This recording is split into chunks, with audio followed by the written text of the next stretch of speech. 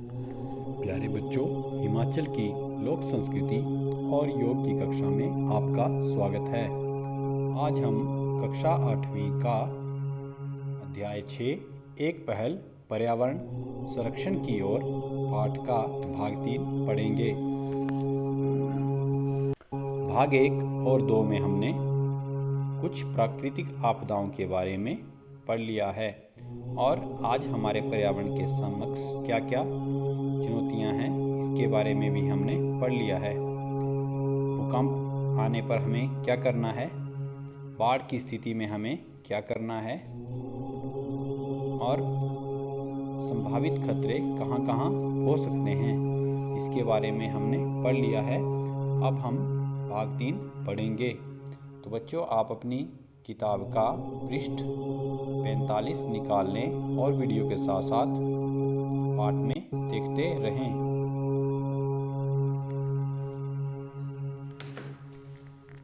शिक्षक कह रहे हैं, महोदय ने आप सबको प्राकृतिक आपदाओं से बचाव के लिए बड़ी महत्वपूर्ण जानकारी दी।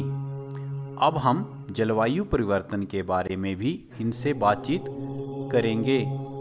पिघलते हिमखंड, बढ़ता समुद्री जल स्तर, तटीय क्षेत्रों में बाढ़, तूफान, भारी हिमवर्षा, ऋतुचक्र परिवर्तन, सूखा, लू चलना, फसल नष्ट होना आदि जलवायु परिवर्तन के ही प्रभाव हैं। तो शिक्षक कह रहे हैं कि वैज्ञानिक जो महोदय हैं उन्होंने हमें बहुत सी प्राकृतिक आपदाओं के बारे में बताया और उनसे बचाव कैसे करना चाहिए इसके बारे में भी हमें जानकारी दी। अब हम जलवायु परिवर्तन के बारे में इनसे बात करेंगे। तो जलवायु परिवर्तन से क्या क्या हानियां हो रही हैं, क्या क्या नुकसान हो रहा है। हिमखंड पिघल रहे हैं जिससे समुद्री जल स्तर बढ़ रहा है, तटीय क्षेत्रों में बाढ़ आ रही है, तूफान, भारी हिमवर्षा, ऋतुचक्र परिवर्तन, सूखा, लू चलना, फसल नष्ट होना, यह सब जलवायु परिवर्तन के ही प्रभाव हैं। तो वैज्ञानिक कह रहे हैं, हाँ गुरुजी, यह महत्वपूर्ण विषय है। वृक्षारोपण करना तो जलवायु परिवर्तन को सकारात्मक बनाने का मूल मंत्र है। तो बच्चों, यहाँ पर वैज्ञानिक बोल रहे हैं कि वृक्ष लगाना ही जलवायु परिवर्तन को सकारात्मक बना सकता है, यही इसका मूल मंत्र है।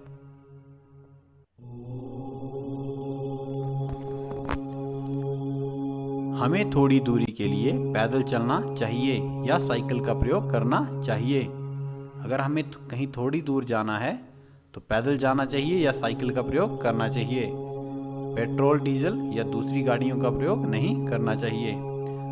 पानी व्यर्थ न गंवाएं। आप अपने स्कूल के लिए एक जलवायु परिवर्तन योजना बनाएं। बेकार पड़ी वस्तुओं को पुनः चक्रित करें तथा वर्षा जल संग्रहण व्यवस्था का प्रभावी उपयोग करें। अपने घर व गांव में इसका खूब प्रयोग करें। ऊर्जा बचाने के लिए CFL, LED या सौर उपकरणों का प्रयोग करें। सार्वजनिक वाहनों का प्रयोग करें।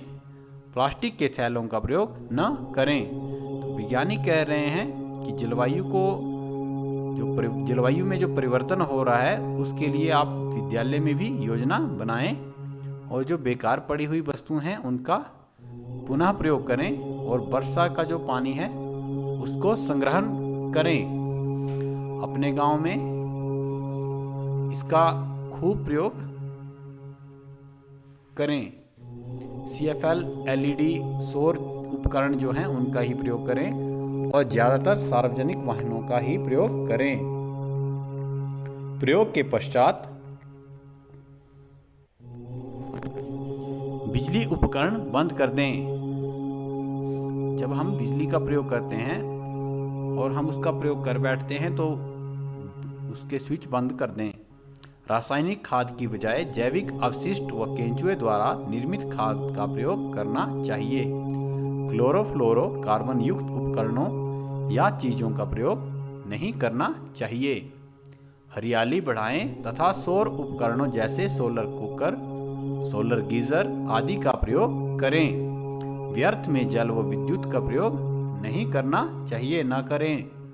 वाहनों को निर्धारित गति सीमा में ही चलाएं ताकि ग्रीन हाउस गैसों का विसर्जन कम हो। जन जागरूकता ही इन समस्याओं को हल करने में अग्रणी भूमिका निभा सकती है। तो लोगों को जागरूक करना ही इन समस्याओं का हल है।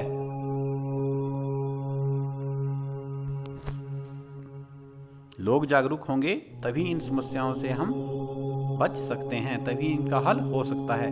तो अच्छी आदतें बच्चों क्या क्या हैं? पानी के सदुपयोग के लिए प्रयोग के बाद नल बंद कर दें।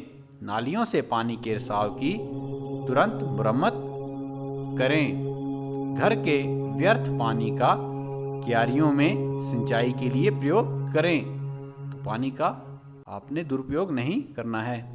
बिजली के सदुपयोग के लिए बिजली के उपकरणों को प्रयोग के बाद तुरंत बंद करें।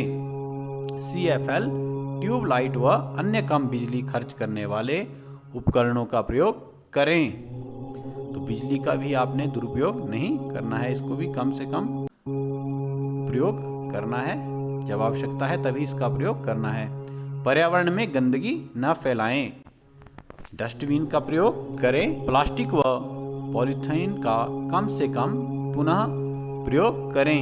फैक्ट्रियों से प्रदूषण कम करने के लिए आधुनिक उपकरणों का प्रयोग करें। वाहनों में प्रदूषण नियंत्रक यंत्र लगवाएं तथा वाहन निर्धारित गति सीमा में ही चलाएं।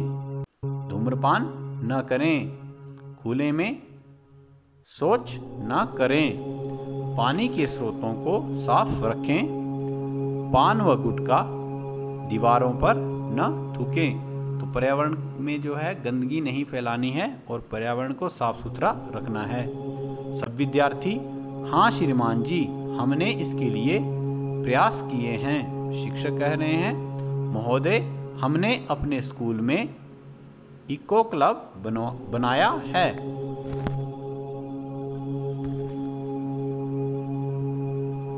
तथा पौधारोपण कार्य शुरू किया है। लिखते समय हम कागजों को दोनों तरफ से प्रयोग करते हैं क्योंकि ऐसा करने से कागज बच जाते हैं तथा जितनी कागजों की बचत होती है उतने ही वृक्षों की रक्षा स्वतः हो जाती है। हम हर साल विज्ञान प्रोजेक्ट भी चलाते हैं। प्रदूषण के विभिन्न स्रोतों का पता लगाकर इनको बंद करवाने के लिए लोगों व सरकार की मदद करते हैं। तो वैज्ञानिक कह रहे हैं, पर्यावरण संरक्षण की शुरुआत घर से ही आरंभ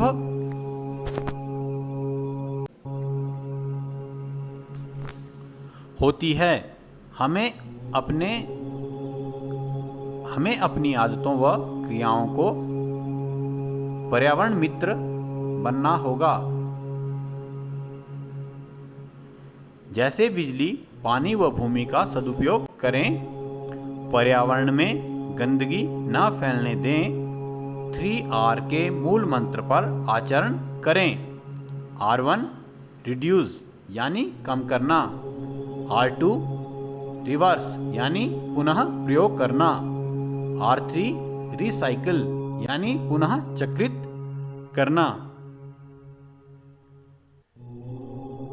शिक्षक कह रहे हैं, महोदय, हमारी यात्रा सफल हो गई।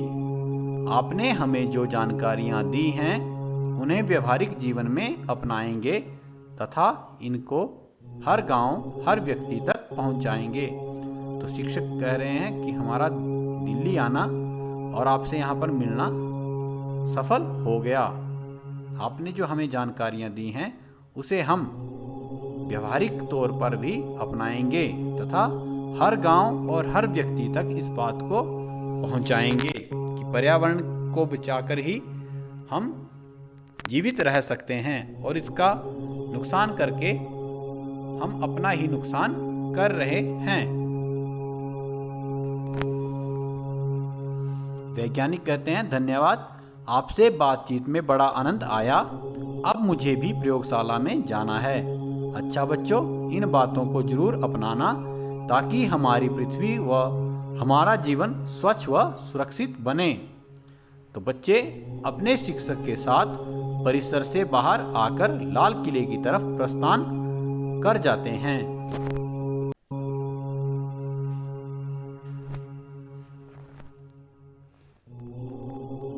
यह चित्र आप देख रहे हैं, यहाँ पर भी पौधारोपण किया जा रहा है। तो बच्चों, आपने भी हर वर्ष कम से कम एक पौधा जरूर लगाना है ताकि हमारा पर्यावरण साफ सुथरा रहे और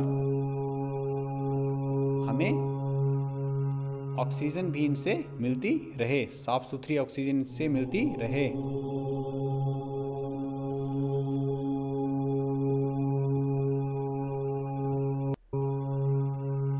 धन्यवाद।